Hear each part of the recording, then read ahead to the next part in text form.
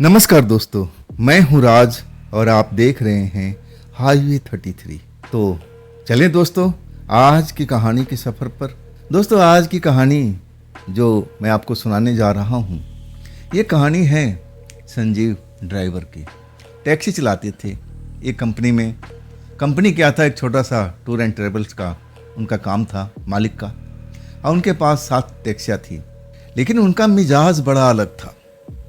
बिल्कुल 1 मिनट में उनका पारा हाई हो जाता था। अगर कस्टमर उनको ड्राइवर के बारे में कोई शिकायत दे दिया कि आपका फलाना ड्राइवर मेरे साथ में सही व्यवहार नहीं किया है, या फिर टैक्सी को सही ढंग से रोड पर नहीं चलाया है, अब वो किसी की सुनते नहीं थे कि कोई भी उनके आगे आ जाए, अब उसकी बात को काट देते थे। नहीं, तुम सब गलत हो, ड्राइवर बिल्कुल गलत है। ऐसे ही अब कहानी बनी थी संजीव के साथ में। संजीव जो थे ना, एक कंपनी में ऐसे ही काम कर रहे थे टैक्सी चलाने का, और अपने गांव से 200 किलोमीटर दूर पर एक शहर में ये काम कर रहे थे। गरीब परिवार से थे, पहली बार अब बाहर में जाकर के टैक्सी चला रहे थे एक शहर में।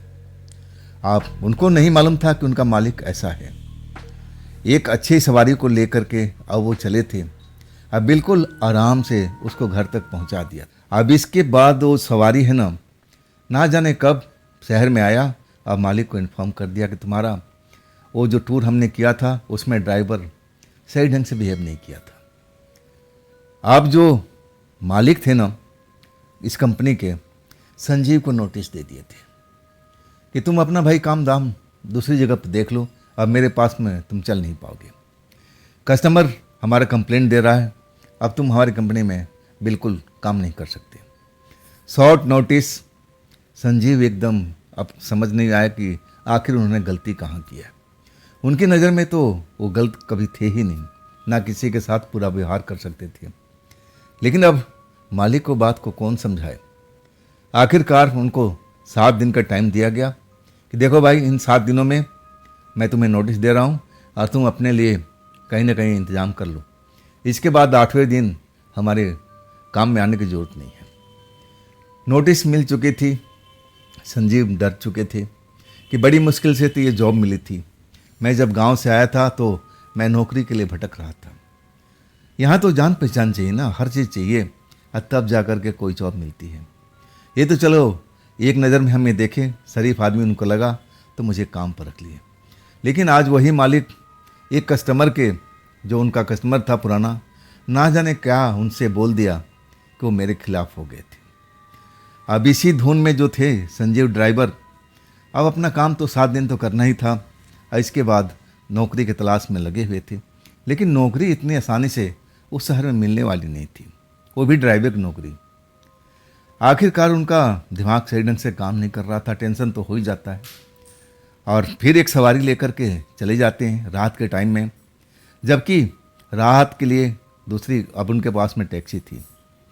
ये टैक्सी जो थी ना, इसके हेडलाइट वगैरह में इतनी रोशनी नहीं थी, रात में सही ढंग से दिखाई नहीं देता था।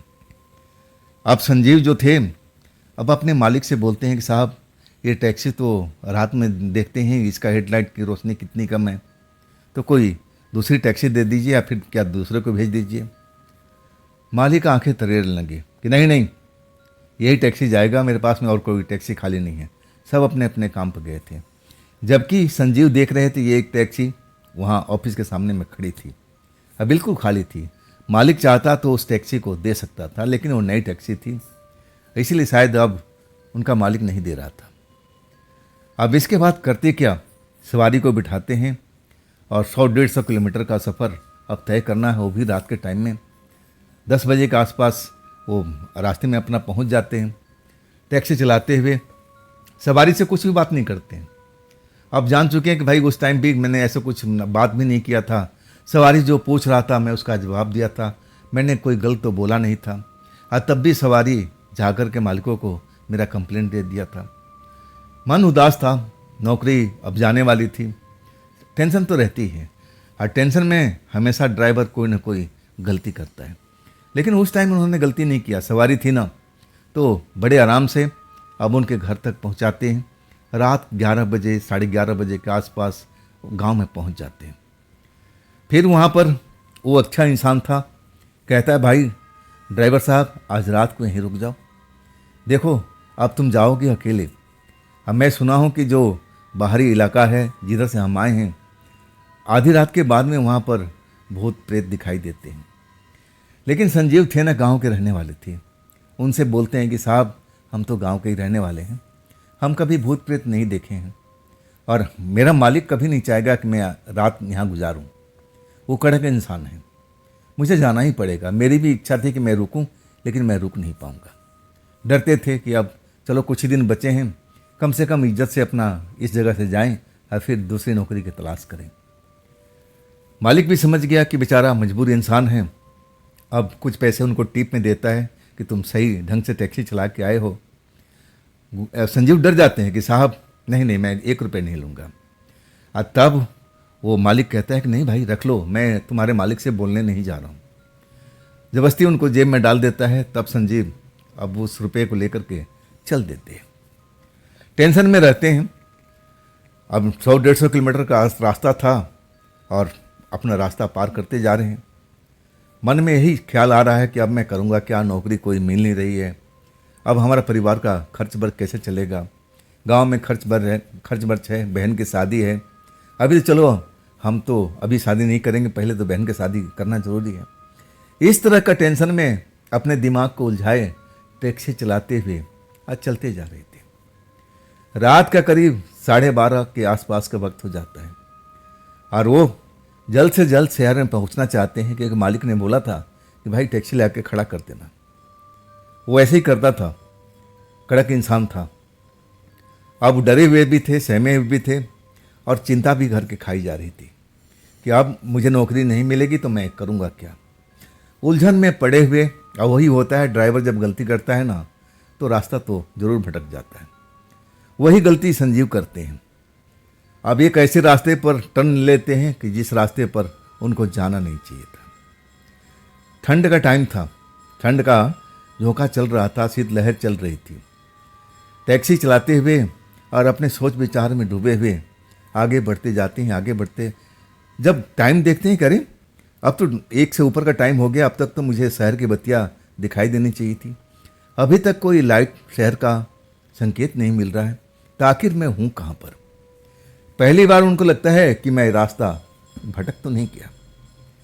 एक जगह पर अपनी टैक्सी रोकते हैं, लेकिन ठंडी लहर चल रही है, धुंध भी है और ऐसा कुछ रात का माहौल ही होता है, सर्दियों की रात का। टैक्सी से नीचे उतरते हैं कि आखिर मैं हूँ कहाँ पर। अनुमान लगाने की कोशिश करते हैं, लेकिन कुछ अनुमान लग नहीं पाता है। और तब उनको लगता है कि शायद मैं रास्ता भटक गया हूँ।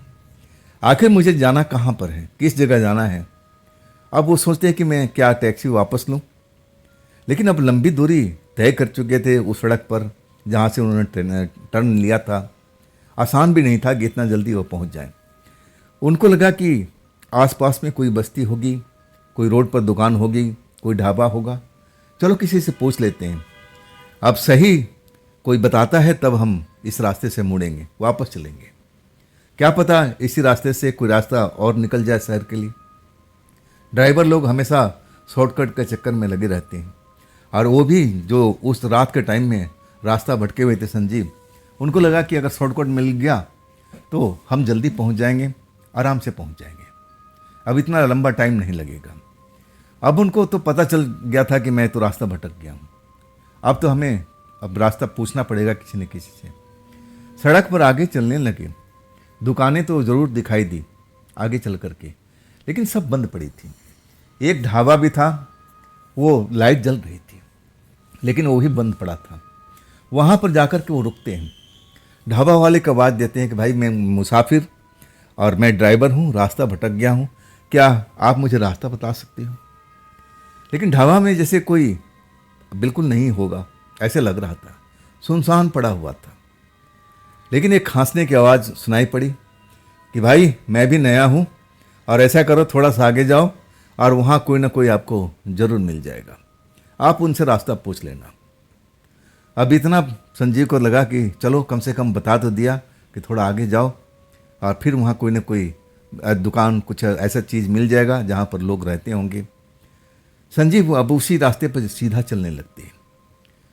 जब काफ़ी दूर निकल आते हैं, कोई घर नहीं दिखाई देता रोड पर, कोई दुकान खुली नहीं दिखाई देती है, तब वो आगे और निकल जाते हैं कि चलो थोड़ा और आगे होगा, थोड़ा और आगे होगा। ऐसा करते करते बहुत आगे आगे, तब तक रात का 1:30 बज चुका था, 1:30 के आसपास का संजीव बताते हैं कि इतना टाइम हो चुका था। और तब जाके मुझे लगा कि तो मैं फंसता जा रहा हूँ, मैं कहाँ जा रहा हूँ मुझे कुछ भी अंदाज़ा नहीं है। ना तो कोई साइन बोर्ड ऐसा कुछ कि चलो हमें रास्ता का पता लग जाए कि ये रोड कहाँ तक जा रही है, ऐसा कुछ उस रोड पर था ही नहीं। गांव का ग्रामीण का रोड था, संकेत कुछ मिल नहीं रहा था। अगर संकेत भी होगा तो शायद वो देख नहीं पाए होंगे, ये भी हो सकता है। भटक गए थे पूरी तरह से। अचानक उनको लगा कि कहीं पर आग जलती हुई दिखाई दे रही है, आग की लपटें उठ रही है। उनको लगा कि जहां आग की लपटें उठ रही हैं, ठंड का टाइम है और वहां पर कोई ना कोई तो जरूर होगा जो ठंडी को भगाने की कोशिश कर रहा हो, आग का तपन ले करके। चलो अच्छा है, मैं वहीं चल करके और पूछता हूँ। अब ठंड तो मुझे भी लग रही है, थोड़ा सा अपने हाथ वगैरह भी सेक लूँगा और फिर वहाँ से पूछ करके अपने रास्ते पर निकल लूँगा। संजीव उस जगह पर अपनी गाड़ी रोक देते हैं। गर्म कपड़े जो पहन रखे थे, लेकिन ठंडी हवा इतनी चल रही थी ना कि वो गर्म कपड़ा लग रहा था कि किसी काम का नहीं है। लेकिन अब करे क्या, बाहर निकलते हैं। टैक्सी का दरवाज़ा खोल करके तो ठंडी हवा का झोंका चेहरे पर टकराती है। बर्फ़ सा महसूस होता है कि बर्फ़ के सिल्ली पर अपना अब जैसे शरीर बिठा रखा हो, ऐसा लगता है उनको। लेकिन इनकी परवाह नहीं करते। जहाँ पर आग जल रही होती है ना, उनका निशाना जाने का एम उन्होंने बना लिया था। सड़क से हाँ थोड़ा दूरी पर जरूर था और वो पगडंडी तलाश करने लगे कि भाई आग तो दिखाई दे रही है और कुछ एक मकान भी दिख रहा है, कुछ बाउंड्री भी घेरी हुई है, तो ज़रूर कोई फार्म हाउस होगा। और देखो अभी वहाँ कोई दिखाई नहीं दे रहा, लेकिन आग ज़रूर जल रही है। मतलब आग जलने का मतलब कि इंसान तो ज़रूर है और वहाँ पर एक घर भी दिखाई दे रहा है। पगडंडी तलाश करने लगे कि वो उस घर तक, उस जगह तक कौन सा रास्ता लेके जाएगा। उसमें थोड़ा जरूर टाइम लगता है, लेकिन एक पगडंडी पा लेते हैं। अब फिर उस पगडंडी के सहारे अपनी कार तो रोड पर छोड़ दिए थे, अब पैदल ही चल करके उस जगह पर पहुंचने की कोशिश करने लगे और उसमें सफल भी हो गए। उस जगह पर पहुंच जाते हैं तो देखते हैं कि एक घर है, दरवाज़ा खुला हुआ है, पास में अब बाउंड्री से लगी हुई है, लंबी सी बाउंड्री है और किनारे किनारे पेड़ लगा हुआ है। जैसे उस बाउंड्री को पेड़ों ने, झाड़ियों ने अब घेर रखा है। क्या है, फार्म हाउस है या क्या है, उस रात में उनको कुछ मालूम नहीं देता है। बस ये लगता है कि हाँ यहाँ आग जल रही है ना, इतना ही मेरे लिए काफ़ी है। उस आग के पास पहुँचते हैं और फिर ठिठुर जाते हैं, लेकिन आग की तपन जब महसूस होती है तब उनको लगता है कि हाँ मैं सही जगह पर आ गया। आवाज़ देते हैं कि अजी यहाँ पर है कोई, कोई है? मैं एक ड्राइवर हूँ, मुसाफिर हूँ, रास्ता भटक गया। उनकी आवाज़ का कोई जवाब नहीं देता है। दोबारा 3 बार जब आवाज़ देते हैं ना, तो चूड़ियाँ खनकने की आवाज़ सुनाई पड़ती है, पाजेब बजने की आवाज़ सुनाई देती है, जैसे घर से कोई लेडीज है ना निकल रही हो। जब इतना सुनते हैं तो उनको तसल्ली होता है कि ये पारिवारिक घर है, यहाँ बाल बच्चेदार लोग रहते होंगे, और तभी तो ये पाजेब की आवाज़ सुनाई पड़ रही है और चूड़ी खनकने की आवाज़ सुनाई पड़ रही है।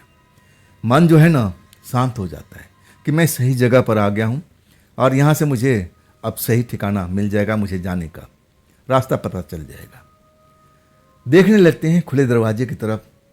दरवाज़ा तो खुला ही था और एक लड़की निकलती है। उसकी उम्र करीब 20-22 साल से लेकर के 25 साल तक हो सकती है। जैसा संजीव बताते हैं कि मैं तो उसको देखते ही रह गया था। भगवान ने उसको जितनी सुंदरता दी थी ना, बहुत कम लोगों की मिलती है। सर से पैर तक सुंदर ही सुंदर थी। और कपड़े जो पहन रखे थे ना, वो भी कम सुंदर नहीं थे, महंगे कपड़े थे। अब उस लड़की को देखते हैं कि इसका परिवार भी होगा। क्या ये इतनी रात को जाग रहे हैं? ऐसा क्या काम कर रहे हैं लोग? क्या खेतों में पानी डाल रहे हैं? अब वो गांव के किसान के घर के रहने वाले थे, अब मजबूरी में उनको अब ड्राइवरी करना पड़ा, तो जानते थे कि रात में अक्सर, अब गेहूं का फसल होती है सर्दियों के टाइम में, अब पानी वानी दिया जाता है। उनको लगा कि ये फार्म हाउस है और इनका परिवार काम में लगा हुआ है, पानी वानी देने गया हुआ है और लड़की अपने घर पर अकेले है। लड़की को देखते हैं ना तो बस देखते ही रह जाते हैं। आग जल रही होती है और आग की जो रोशनी लड़की के चेहरे पर पड़ रही है ना, तो एक दमकता हुआ चेहरा सामने नजर आता है। जैसे लगता है कि ये इससे सुंदर लड़की तो आज तक मैंने कभी देखा नहीं। अब उसके सुंदरता में खो जाते हैं। लड़की आ जाती है, आग के पास खड़ी हो जाती है। लगातार अब संजीव को अब देख रही है। संजीव भी स्मार्ट थे, सुंदर थे, जवान भी थे, लेकिन गरीबी में थे। अब गरीबी में जो इंसान होता है ना, कपड़े लत्ते अब सही तो हो नहीं पाते हैं। अब टेंशन तो ज़रूर होती है इन चीज़ों की। और लगातार जब लड़की घूरने लगती है ना, तो संजीव का ध्यान अब टूटता है। कहते हैं माफ़ कीजिएगा, मैंने आपको आवाज़ दिया, शायद आप सो रही थी। लड़की कहती नहीं नहीं, मैं जाग रही थी। आप बताइए किस लिए यहाँ पर आए हैं और किस लिए मुझे पुकार रहे थे। संजीव उस लड़की को दोबारा देखते हैं। अब फिर उनकी नज़रें चेहरे पर ठहर जाती है और तब कहते हैं कि देखिए मैडम, मैं रास्ता भटक गया हूँ। मैं एक मुसाफिर हूँ, ड्राइवर हूँ, सवारी छोड़ने के लिए गया था, लेकिन अब धुंध के टाइम है ना, धुंध में मुझे अंदाज़ा ही नहीं लगा कि मैं कब रास्ता अपना बदल दिया और मुझे अब पता नहीं लग रहा है मुझे फलाने शहर में जाना है, वहीं पर मैं काम करता हूँ। लड़की मुस्कुराने लगी, कहने लगी कि बिल्कुल आप रास्ता नहीं भटके, बिल्कुल सही रास्ते पे हो, यही रास्ता आपको शहर ले जाएगा।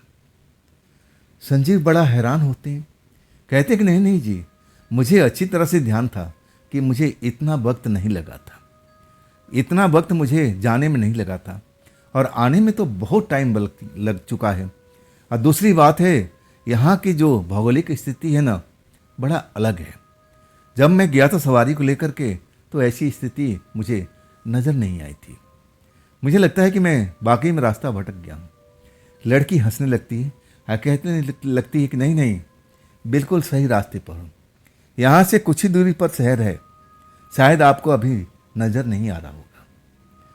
अब संजीव हैरान हो जाते हैं कि भाई इस लड़की को सब पता है, बता रही है कुछ ही दूरी पर शहर है, जिस शहर में जाना चाहते थे, कस्बा में जाना चाहते थे।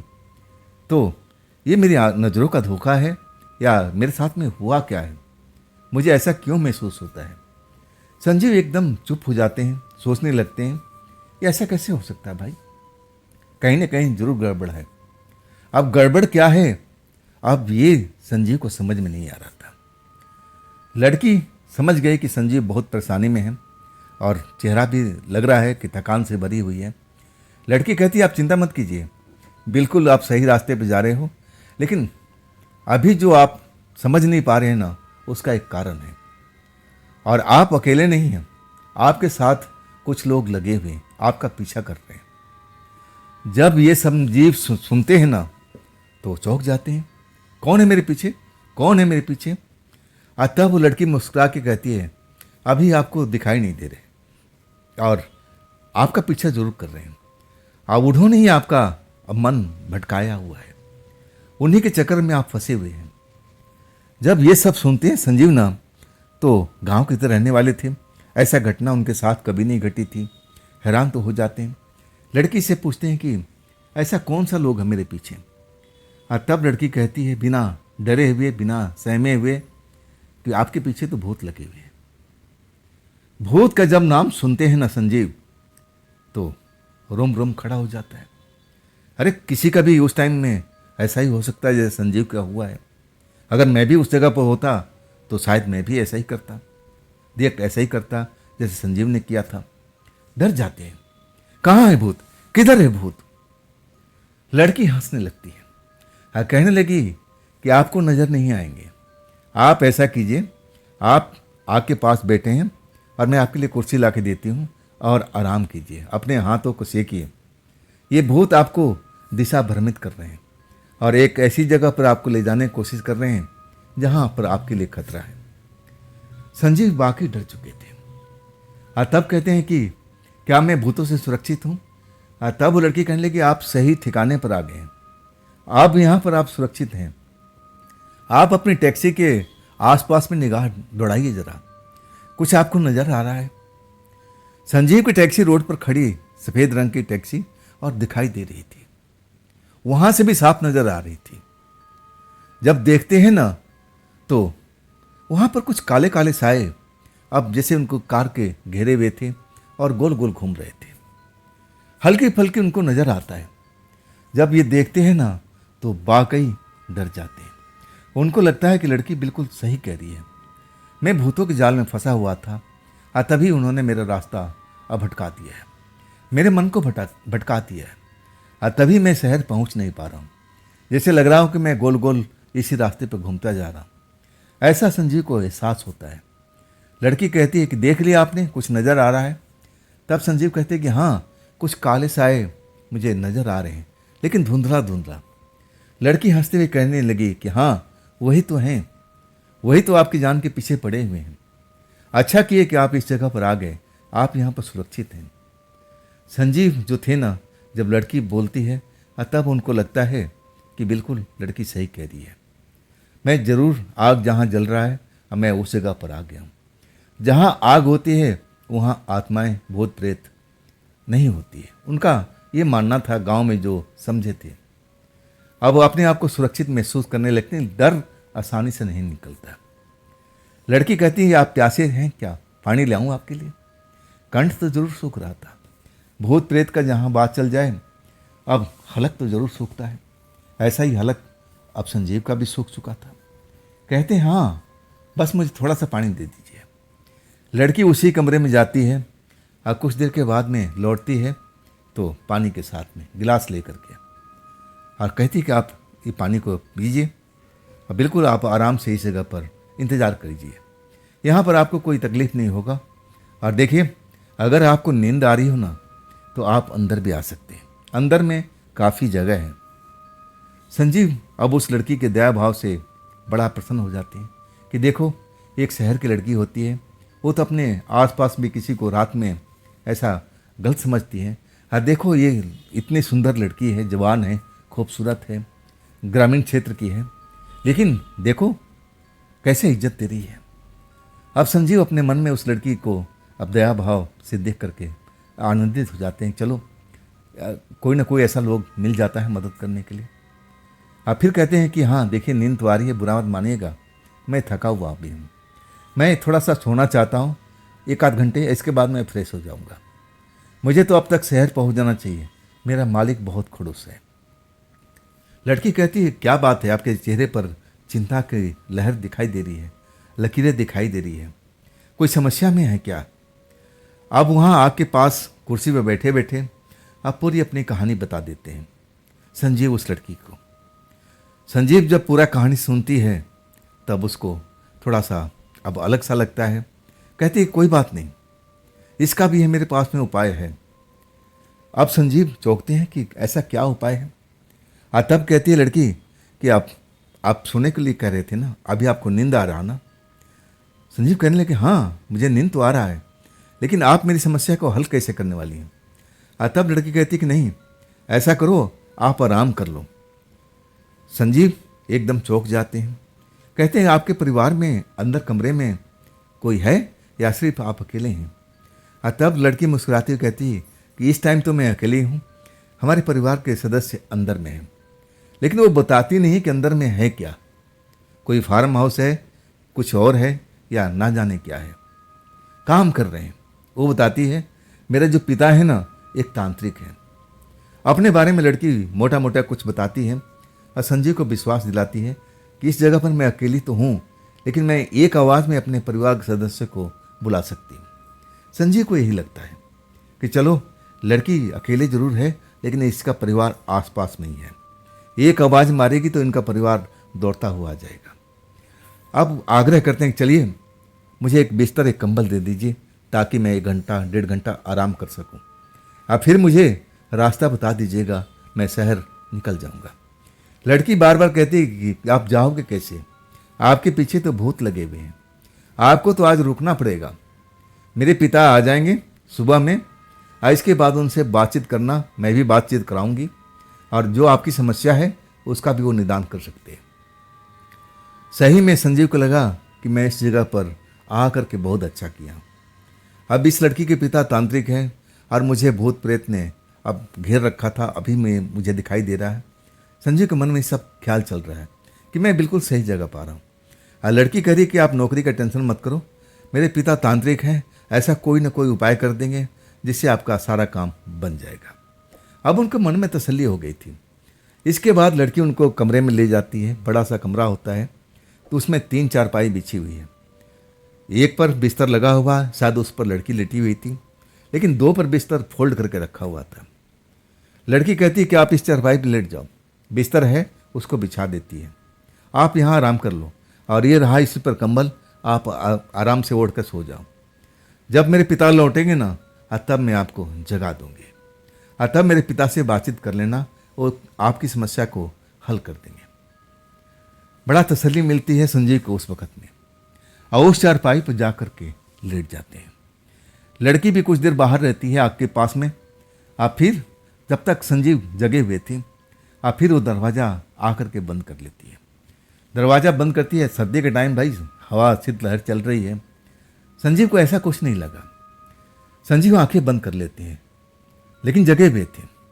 लड़की उनके पास में नज़दीक आके देखती है कि संजीव कंबल ओढ़े हुए हैं, चेहरा अब ढका हुआ नहीं है, आंखें उनका बंद है। उनको लगता है लड़की के मन में कि शायद ये संजीव सो चुके हैं। आ करके चारपाई के पास में थोड़ी सी जगह है, वहाँ पर बैठ जाती है। संजीव को थोड़ा सा अजीब तो लगता है, लेकिन वो कुछ बोलते नहीं हैं। आखिर उस लड़की के शरण में थे। लड़की उनको भूत से बचाई थी, रक्षा किया था, सब कुछ बता रही थी, तो मदद करने का भी नाम ले रही थी कि उनके जो पिता हैं आ जाएंगे, तांत्रिक हैं, कोई ना कोई अब इस समस्या का हल निकाल देंगे। घबराते नहीं हैं। लड़की कुछ देर बैठी रहती है, चेहरे को देखती रहती है। फिर उसका हाथ बढ़ता है और उनके चेहरे पर जाकर रुक जाता है। एक एहसास होती है ठंड की। जब हाथ चेहरे से टकराता है ना, तब एक ठंड की एहसास संजीव के मन में उठता है। लगता भी है कि हाँ, बहुत बर्फीला हाथ है। लेकिन वो जगे हुए हैं, लेकिन आंख बंद किए हुए हैं। उनको लगा कि ये सुंदर लड़की है, अब ये मेरे साथ में कर क्या रही है। अब जिंदगी भर तो अब अपना गांव में रहे, प्यार मोहब्बत इन लफड़ों में तो आज तक पड़े नहीं थे। स्त्री सुख तो कभी मिला ही नहीं। 25 साल का उम्र हो चुका था। अब कैसे प्यार किया जाता है, क्या होता है, विशेष जानकारी तो नहीं थी। जिंदगी टेंशन में चल रही थी ना, गरीबी ऐसा ही होता है। जब ऐसा एहसास उनको होता है कि कहीं लड़की अब ये प्यार तो नहीं कर रही, जैसा मैं अपने दोस्तों से सुना हूँ। चुपचाप अपनी आंखें बंद करके जगे हुए हैं और सब महसूस कर रहे हैं। लड़की उनके गालों पर हाथ फेरती रहती है और कुछ देर ऐसा ही चलता है, फिर सर पर हाथ फेरती है। बड़ा अच्छा लगता है संजीव को कि काश ऐसा ही ये लड़की मेरे साथ में करता रहे।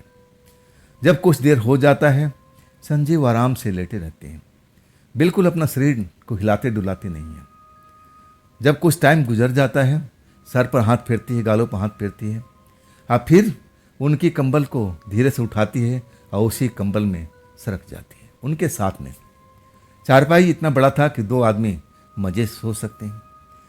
जब अंदर आती है ना, तो एक बर्फीला एहसास फिर से अब संजीव को होता है, जैसे कोई बर्फ की सिल्ली उनके कंबल के अंदर में आ चुकी है। ऐसा ही एहसास होता है, ठंड का एहसास होता है, शरीर में एक झुरझुरी सी आ जाती है। लेकिन अभी जगते नहीं हैं, क्योंकि उस लड़की के आने और उनका जो कर रही थी उसे उनको थोड़ा आनंद आ रहा था। नौजवान थे, ऐसा तो था नहीं कि कोई बुजुर्ग थे। अब उनको आनंद आने लगता है तो कुछ बोलती नहीं है। लड़की उनके पास में आके लेट गई। कुछ देर तो लगा कि बस बर्फ़ की सिल्ली आके लेट गई है, इतना ठंड उनको महसूस हुआ था। लेकिन धीरे धीरे गर्माहट आने लगी, कंबल ओढ़ चुकी थी।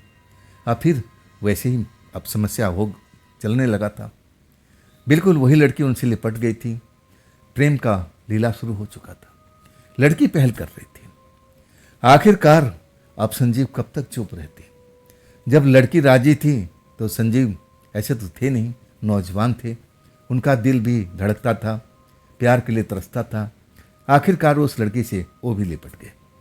मामला दोनों ओर से जम चुका था। ऐसा कब तक चला संजीव को कुछ पता नहीं। आंख लग जाती है, नींद में सो जाते हैं। जब लड़की उनको उठाती है कि उठो उठो उठो, मेरे पापा आ गए, मेरे पापा आ गए, बस पहुंचने वाले हैं, उठ के बैठ जाओ, उठ के बैठ जाओ। संजीव का नींद पूरा नहीं होता है, थके हुए थे और ऊपर से ये प्रेम प्रसंग भी चला। नींद बिल्कुल कम मात्रा में ले पाए थे, आंखें लाल लाल थी, अभी भी जैसे नींद की झोंकी आ रही थी। उठ जाते हैं कि अरे लड़की तो अब बिल्कुल सही है, अब मेरे लिए देखो कितना सोच रही है, अब इसके पापा आ रहे हैं तो ज़रूर सुबह हो गया होगा। उठ के बैठ जाते हैं। गेट खुला होता है, उस टाइम में ठंडी की हवा अंदर आ रही है। आग जो थी ना जलती हुई वो ठंडी हो चुकी थी। तब देखते हैं कि बाहर तो अंधेरा ही अंधेरा है। लड़की उनके दूसरी चारपाई पर बैठी हुई है, जैसे अभी संजीव से उसका कोई रिश्ता ना हो, बिल्कुल अलग हो चुकी थी। अब बाहर जब देखते हैं कि अरे अभी सुबह तो हुआ नहीं, और लड़की कह रही कि सुबह मेरे पापा आ जाएंगे और तब मैं आपसे बात कराऊंगी। आखिरकार अब उठ के बैठ जाते हैं, कुछ बोलना चाहते हैं, उस लड़की से पूछना चाहते हैं। लड़की इशारा करती है कि शांत रहो, अपने उंगली होठों पर रख देती है कि मतलब चुप रहो। कुछ ही देर में कदमों की आवाज़ आती है और फिर एक बूढ़ा व्यक्ति उस रूम में आ जाता है, एक लठ लिए हुए और एक पोटली पीठ पर टांगे हुए, और देखने में तांत्रिक जैसा भी लग रहा था। बड़ी बड़ी दाढ़ी, सफ़ेद बड़े बड़े बाल, गले में ऐसा कुछ माला भी पहन रखा था। जब उसका चेहरा मोहरा देखते हैं ना तो संजीव लगता है कि लड़की सही कह रही थी, इसके जो पिता है ना तांत्रिक हैं, ये मेरी मदद जरूर करेंगे। जब वो बुजुर्ग व्यक्ति यानी तांत्रिक अंदर आ जाता है, लड़की अपने बिस्तर से उठ जाती है, बोलती पापा आप देर हो गए, लेट आए हैं। तब जो तांत्रिक होता है सबसे पहले अपनी लड़की को तरफ देखता है और कोई सवाल का जवाब का मतलब उत्तर नहीं देता है। लड़के की तरफ देखता है यानी संजीव की तरफ देखता है, नीचे से ऊपर तक घूरता है। और तब लड़की कहती है कि बाबा ये यात्री हैं, रास्ता भटक गए थे, इनके पीछे भूत लगे हुए थे, शरण के लिए आए थे तो मैंने यहाँ पर उनको ठहरा दिया, मैंने कोई गलती तो नहीं किया ना। बाबा कभी लड़की को देख रहे थे, कभी संजीव को देख रहे थे। और तब पहली बार बोले कि नहीं नहीं कोई गलती नहीं, क्या समस्या है इनका। लड़की बताती है कि ये रास्ता भटक गए थे, कुछ भूत प्रेत उनके पीछे लगे हुए थे और इसी वजह से यहाँ भटकते हुए आगे। और बाबा एक समस्या इनके साथ में और जुड़ी हुई है, नौकरी के बारे में बताती हैं। इनका मालिक नोटिस दे चुका है और कुछ ही दिन बाकी हैं, ये बेचारे परेशान हैं, समझ में नहीं आ रहा है कि अब करें तो क्या करें, नौकरी इनको मिल नहीं रही है। वो बूढ़ा व्यक्ति संजीव की तरफ देखता है, अब पूछता है कि हाँ बेटे ऐसी समस्या है तुम्हारे साथ में। तब संजीव कहते हैं कि हाँ बाबा जी, हाथ जोड़ते हुए, हाँ बाबा जी ऐसे ही मेरे साथ में समस्या है। तब जो बूढ़ा आदमी है लड़की की तरफ फिर देखता है, तो तुम्हारा इसमें इंटरेस्ट क्या है, लड़की से सीधा सवाल पूछता है। लड़की कहती है गरीब आदमी है, आप थोड़ा मदद कर देंगे तो इसका उपकार हो जाएगा, प्लीज़ इसका कुछ कीजिए ना। बूढ़ा आदमी कहता ठीक बेटी, तुम कहती हो तो मैं ज़रूर करूँगा, लेकिन आज नहीं, आज के 2 दिन बाद में इसको बुलाना रात के टाइम में, और तब मैं इसके लिए कुछ करूँगा। अब बूढ़ा कहता है कि तुम लोग आराम करो और देखो अभी रात ख़त्म नहीं हुई है, मैं अपने काम पे जा रहा हूँ और फिर मैं सुबह में मिलूँगा। और बूढ़ा आदमी बिल्कुल दरवाजे से निकलता है और सीधा अंधेरे में गायब हो जाता है।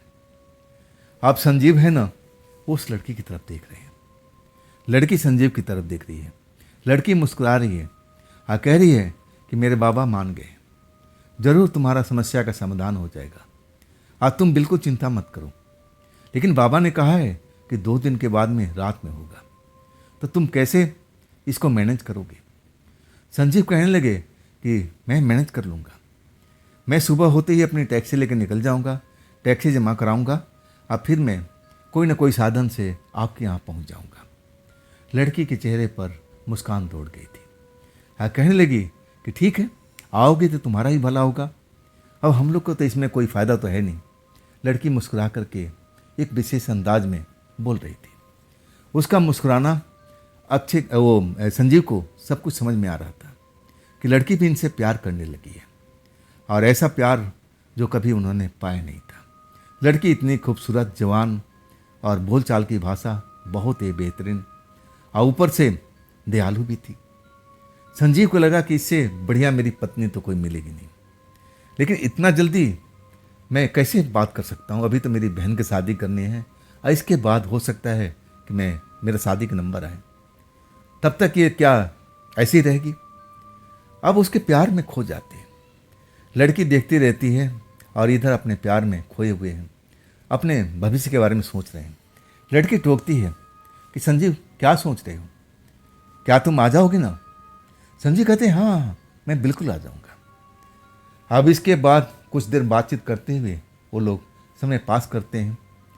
लड़की अपने बिस्तर पे रहती, संजीव की तरफ नहीं आती, लेकिन संजीव का मन कर रहा है कि अब उसके पास में जाए, अपनी बाहों में भर लें, लेकिन हिम्मत जुटा नहीं पाते कि कब उसके बाबा, परिवार के लोग आ जाएं। दरवाज़ा भी खुला है, कोई भी आ सकता है। अभी भी समझ नहीं पाते हैं कि कौन सी जगह पर है। उनको लगा कि ये फार्म हाउस वगैरह है, अब खेत खलियान होगा आसपास में, खेतों में काम कर रहे होंगे। गांव के थे तो इतना तो वो समझ चुके थे, कोई पूछताछ विशेष नहीं करते हैं। अब इसके बाद सुबह होने लगती है। लड़की कहती है कि संजीव अब तुम जा सकते हो, अब तुम्हें कोई भूत प्रेत अब तुम्हें दिखाई नहीं देगा, और यही रोड सीधा तुमको शहर में ले जाएगा। ज़्यादा से ज़्यादा तुम आधे घंटे के अंदर में पहुंच जाओगे। जब संजीव लड़की की बात को सुनते हैं, आधे घंटे में कैसे? तब लड़की कहती है आओ मेरे साथ में बाहर में। संजीव बाहर निकलते हैं, बिस्तर से बाहर निकलते हैं, लड़की भी बाहर आती है। जो आग जहाँ पर जला हुआ था, आग तो कब के राख में बदल चुका था, बस उसके निशान बाकी थे कि हाँ वो जो बाउंड्री खिंची हुई थी, उस बाउंड्री के दूसरी तरफ में क्या था संजीव जान नहीं पाए थे। लड़की उनके उंगली इशारे से दिखाने लगी कि देखो शहर तुम्हें दिखाई दे रहा है, देखो कुछ लाइटें जलती हुई नजर आ रही है। संजीव अपनी आंखें फोकस करने लगे और तब धुंध सुबह के टाइम में थोड़ा कम हो चुका था। वाकई में उनको वही शहर नजर आने लगा, मतलब बिल्कुल सही रास्ते पर था। शायद भूतों की वजह से उनका दिमाग खराब हो गया था, जैसे लड़की कह रही थी। बड़ा खुश हो जाते हैं। इसके बाद उस लड़की से विदा लेते हैं और कहते हैं कि मैं अब दूसरे दिन जरूर आ जाऊंगा, आप मेरे इंतज़ार करना। मुस्कुराते ही अपने टैक्सी के पास पहुंचते हैं। वहाँ पर पहुंचते हैं ना, तो वहाँ पर टैक्सी के पास में कुछ हड्डी गुड्डी, कुछ ऐसी चीज़ें, मांस के लोथड़े उनके टैक्सी के आसपास में अब दिखाई देते हैं। और तब उनको समझ में आता है कि वाकई में रात के टाइम में जो उन्होंने परछाई देखी थी शायद भूतों की थी। वो भूत हमारे ही पीछा कर रहे थे। शायद लड़की सही कह रही है कि वो तुम्हें मारने के चक्कर में लगे हुए थे। अच्छा किया कि तुम इस जगह पर आ गए। संजीव अपने टैक्सी में जाते हैं, स्टार्ट करते हैं और फिर उसी रास्ते पर अपना शहर निकल जाते हैं। अभी उनके पास में टाइम है, लेकिन वो अब चाहते नहीं हैं कि चलो अब इस नौकरी को ख़त्म ही करते हैं। अब सुबह पहुंचते हैं अपने वहाँ पर जहाँ टैक्सी पार्किंग है, खड़ा करते हैं और मालिक के घर पहुँच जाते हैं। घंटे बजाते हैं, मालिक आता है, बोलता है हाँ संजीव अभी तो सुबह सुबह तुम, और रात में कहाँ थी तुम? संजीव कहने लगे मैं रास्ता भटक गया था। और तब मालिक और नाराज हो गया और वो कुछ उल्टा सीधा बोलने लगा। संजीव को इतना पसंद नहीं था। चाबी पकड़ाते हैं उसको कि चाबी पकड़िए और मुझे आपकी नौकरी नहीं करनी है। मालिक तो वही चाहता था। आखिरकार अब रिश्ता ख़त्म हो चुका था मालिक नौकर का। मालिक कहता है कि 2 दिन के बाद में आके हिसाब ले जाना। अब करे तो क्या करे संजीव, ऐसा ही वो मालिक करता था। हाथों हाथ तो कोई पेमेंट देने से रहा। बोलते हैं ठीक है मैं 2 दिन के बाद या 3 दिन के बाद में आऊँगा। अपने कमरे में जाते हैं, भाड़े कमरे में, वहाँ आराम करते हैं और उनके दिमाग में वही लड़की छाई होती है। उनको लगता है कि काश इसी लड़की से मेरी शादी हो जाए तो मेरी जीवन सफल हो जाएगा। और उसका परिवार भी, उसके बाबा भी तांत्रिक हैं, तो मेरे लिए समस्या अब कोई नहीं रहेगी। मेरी समस्या का हल करेंगे, जरूर कोई मुझे अच्छी नौकरी मिल जाएगी उनके तंत्र मंत्र के उपचार से। अब इसी में 2 दिन अपना बिताते हैं उसी घर में आराम से। और फिर 2 दिन के बाद रात के टाइम, अब वहाँ से तो आधे घंटे का सफ़र पर था, अब अपने जानने वालों को बुलाते हैं कि भाई मुझे उस जगह पर जाना है, और वो वहाँ ले कर के पहुँचा देते हैं उनको। पूछते हैं कि भाई तुम यहाँ पर किस लिए आए हो। तब बताते हैं कि मेरे एक रिश्तेदार रहती है यहाँ पर, एक परिवार है जो यहाँ पर उनका खेती बाड़ी है। जो ड्राइवर उनको छोड़ने आया था ना, वो कहने लगा कि भाई इस जगह के बारे में तो मैं कुछ और सुना था, लेकिन वो कुछ बता नहीं पाता है। संजीव कहता है कि हाँ हाँ, यहाँ पर तुम कहोगे ना कि यहाँ पर भूत प्रेत हैं, मैंने भी देखा था, वो मेरी गाड़ी के आसपास में थे। पूरी कहानी बताते हैं, लेकिन उस लड़की के बारे में नहीं बताते हैं। वो कहते हैं कि मेरा वहाँ पर एक रिश्तेदार है, मैं उसी घर पर जा रहा हूँ। अब ड्राइवर जो उनका साथी था ज़्यादा बहस में नहीं करता है। जो बात वो बताना चाहता था कि ये भूतिया एरिया है, यहाँ पर कोई लोग आते नहीं रात में। लेकिन संजीव खुद उसको बताते हैं कि मैं ऐसी समस्या में फंसा हुआ था, अतः मैं अपने रिश्तेदार के पास गया था। ड्राइवर लौट जाता है। शाम हो चुकी है, अब इसके बाद अंधेरे हो चुका है, ठंडी का टाइम है, लेकिन आज वहाँ पर आग नहीं जल रही है। जिस जगह पर आग जल रही थी सड़क से दिखाई दे रही थी। जब वो पहुँचते हैं वहाँ पर ना, तो दरवाज़ा बंद है, ताला लगा हुआ है, कोई भी नहीं उसमें। आखिर ये लोग गए कहाँ? बाप बेटी उनका परिवार कहाँ कहाँ गया? सोच में डूब जाते हैं। उनको लगा कि मैं जल्दी तो नहीं आ गया। उन्होंने बोला था कि रात में, तो रात तो शाम हो चुकी है, उसके बाद रात स्टार्ट हो जाती है। अब वहाँ पर कुछ सूखी उखी लकड़ी होती है, इकट्ठा करते हैं, और जहाँ पर वो आग जली हुई थी उसी जगह पर आग जला देते हैं। आग जलने लगती है, उसके पास ज़मीन पर बैठ करके इंतज़ार करने लगते हैं। 10 बजता है, 11 बजता है, और तब लड़की आती हुई अंधेरे से दिखाई देती है। सीधा आग के पास में आती है और कहती है, संजीव कब आए तुम? संजीव कहते हैं, मैं तो शाम अंधेरा होने लगा तभी आ गया। मैं देखा कि आपके कमरे में ताला बंद है, आप भी नहीं हैं, ना आपके पिताजी हैं। ठंड भी लग रही थी, मैं सोचा कि लकड़ी है यहाँ पर, आग जला लेता हूँ। लड़की मुस्कुराने लगी और कहने लगी, चलो अच्छा किया आग जला लिए तो, चल चलो बाहर अंदर चलते हैं, ठंड है। संजीव कहते हैं कि आपका पापा कहाँ है? उन्होंने बोला था ना कि मेरी समस्या का समाधान कर देंगे। और तब लड़की कहने लगी, चलो सही अंदर, समाधान सब मिल जाएगा। मेरे पापा ने मुझे बता दिया है कि तुम्हारे साथ में क्या करना है। संजीव समझ नहीं पाते हैं, उनको लगा कि कोई ना कोई उपाय तांत्रिक बाबा दे दिए होंगे। लड़की ताला खोलती है, अंदर कमरे में पहुंच जाती है, दरवाज़ा बंद कर लेती है, और इसके बाद संजीव से लिपट जाती है। संजीव तो दूसरे काम के लिए आए थे, लेकिन अब प्रेम लीला शुरू हो चुका था, अपने आप को वो भी रोक नहीं पाते हैं। आखिरकार जब मामला शांत हुआ, तब संजीव कहते हैं कि देखिए मैं वो नौकरी तो छोड़ ही चुका हूँ। मालिक नाराज़ हो गया था, मुझ पर डांटने लगा और उल्टा सीधा बोलने लगा। मैंने उसकी चाबी दे दी। तब वो लड़की कहती है कि तुमने अच्छा किया, बहुत बढ़िया किया, अब तुम्हें उसकी नौकरी करने की जरूरत नहीं है। तब संजीव कहते हैं कि आपके पापा ने मेरे लिए क्या सोचा है, क्या मुझे कोई अच्छी नौकरी मिल जाएगी? लड़की सोचने लगी और कहने लगी, तुम्हें नौकरी दूसरे करने की जरूरत क्या है? तुम अपना काम करो ना, तुम अपने लिए टैक्सी निकालो, अपना टैक्सी का मालिक खुद बनो। संजीव हंसने लगे और कहने लगे कि मैडम जी, अगर मेरे पास में इतना पैसा होता तो मैं 200 किलोमीटर चल करके इस कस्बे में, इस शहर में नौकरी थोड़ी करता। मैं अपने गांव पे ही रहता, अपनी टैक्सी लेकर के वहीं से अपना अब सवारी ढोता। इतना दूर मुझे भटकने की जरूरत क्या थी? लड़की फिर अपने गालों पर हाथ रखती है और जैसे चिंता में डूब जाती है और कहने लगती है कि एक काम जब करोगे तब ये समस्या का समाधान निकल सकता है। संजीव बोलते हैं कि कौन सा काम, जल्दी बताइए, तो मैं करने के लिए तैयार हूँ। लड़की मुस्कुराने लगती है, कहने लगती है कि इतना अब थोड़ा उतवालापन जो है ना कम कर रखो, धीरज रखो, सब कुछ मैं धीरे धीरे बता रही हूँ। लेकिन संजीव के मन में उथल पुथल मची हुई थी और अपने आप को रोक नहीं पा रहे थे। जल्द से जल्द वो जानना चाहते थे कि मैं टैक्सी का मालिक कैसे बन सकता। तब लड़की कहती है, तुम तो बहुत ही तेज निकले, इतना सब जल्दी सब जानने के लिए बेकार बैठे हो, चलो मैं तुम्हें अब तड़पाती नहीं। फिर एक बोरी घसीट के लाती है, हल्का सा बोरी होता है लेकिन भारी होता है देखने में, और वो लेकर आती है तो उसमें पलट देती है। उसमें बहुत सारे कुछ पुराने कपड़े, कुछ और चीज़ें होती हैं और उसमें कुछ नोटों की गड्डियाँ भी निकल के ज़मीन पर गिरती है। नोट गिरता है ना बंडल, और तब संजीव उस नोटों को देखने लगते हैं। लड़की के चेहरे की मुस्कुराहट टूट जाती है। कहती है, ये है तुम्हारा समस्या का समाधान।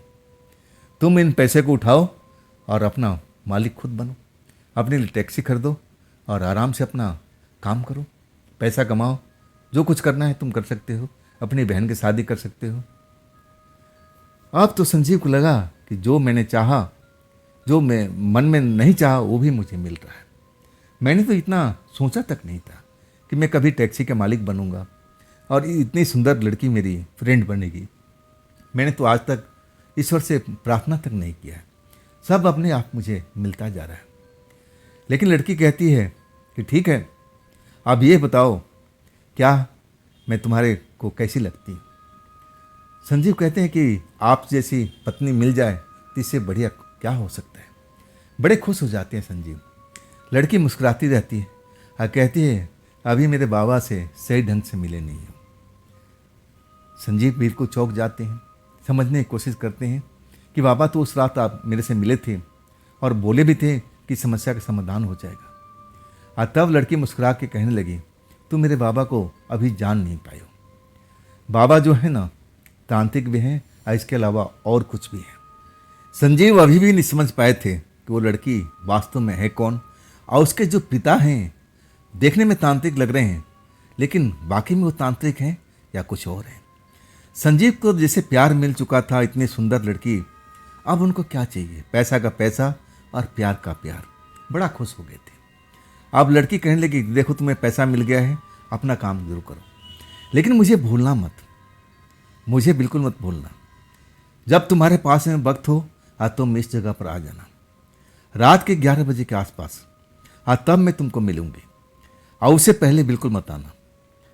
अगर उससे पहले आ गए तो तुम हो सकता है कि मेरे बाबा के हत्थे चढ़ जाओ। अब बाबा जो है ना, बड़ा निर्दयी इंसान है। अभी तुम उनका प्यार देखे हो, अभी उनका तुम गुस्सा नहीं देखे हो, तो तुम ऐसी गलती कभी मत करना जैसे आज तुमने किया था।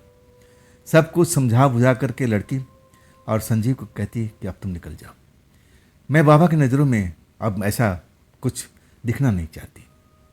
आखिरकार संजीव भी समझ गए थे कि लड़की मामला है, इस घर में लड़की अकेली है, इसके पिता न जाने कहाँ गए हैं, किसी काम में लगे होंगे। मन में शक हो जाएगा, यहाँ देर रात तक रुकना ठीक नहीं है। अब फिर वो चल देते हैं। बाहर आते हैं, कोई साधन नहीं मिलता है, बिल्कुल सड़क खाली मिलती है।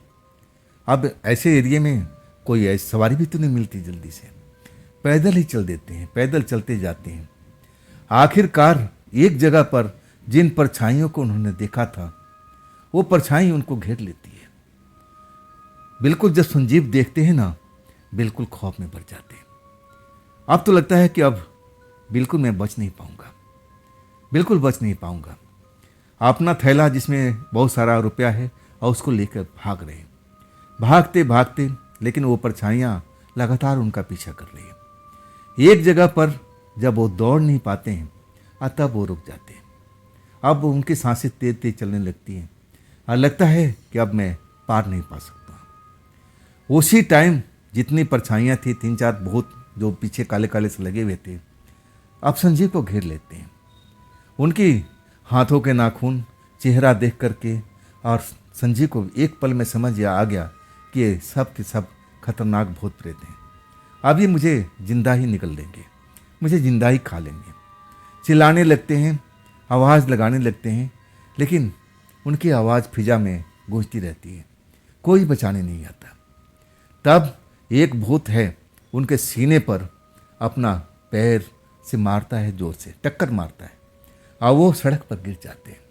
जैसे ही गिरते हैं ना, ऐसा लगता है कि कोई पत्थर का भारी शिला उनके सीने से टकरा गया था। चीख निकलती है। और उसी टाइम में जो लड़की के पिता थे ना, तांत्रिक बाबा, वो ना जाने कैसे हवा में अंधेरे में से निकलकर सामने आ जाते हैं। कहते हैं, इस लड़की को छोड़ दो, तुम लोग निकल जाओ यहाँ से, तुम इस लड़के को मार नहीं सकते, ये हमारी शरण में है, तुम लोग इसको छू नहीं पाओगे। बाकी में जैसे वो आते हैं ना, इसके बाद में सारे के सारे भूत भाग जाते हैं।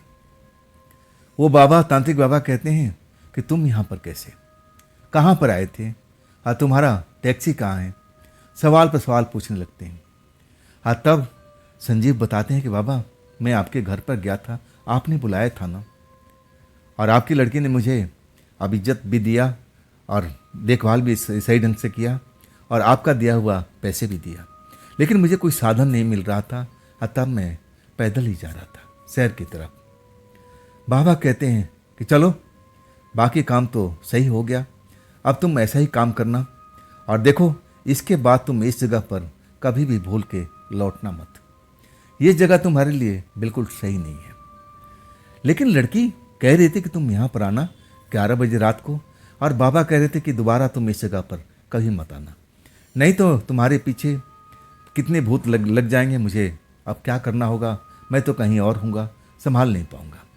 इसलिए मैं तुमको चेतावनी समझ लो, मैं तुम्हें चेतावनी दे रहा हूँ कि इस जगह पर भूल करके भी तुम लौटना मत, नहीं तो मैं तुम्हारी सुरक्षा नहीं कर पाऊँगा। बाकी में संजीव बड़ा खौफ में हो गए थे। जब उन भूत प्रेतों को सामना होता है, आप समझ जाते हैं कि उनका जीवन संकट में पड़ चुका है। बाबा जी को आश्वासन देते हैं, लेकिन बार बार उसी लड़की का चेहरा सामने आ जाता है, जिसके साथ 2 रातें गुजार चुकी थी, मन से निकल नहीं पा रही थी। आखिरकार बाबा आगे चलने लगते हैं, और कुछ दूर जाने के बाद बताते हैं कि देखो, यहाँ से तुम आराम से जा सकते हो, और आगे तुम्हें साधन मिल सकता है, अब मैं इससे आगे नहीं जा सकता हूँ। बाबा सही सलामत अब संजीव को शहर के बाउंड्री में पहुँचा देते हैं, एरिया में पहुँचा देते हैं, और इसके बाद वो लौट जाते हैं। संजीव पैदल ही अपने घर में पहुँच जाते हैं, अपना कमरे में, और उन नोटों को देखते हैं, और फिर अपना दुख दर्द भूल जाते हैं।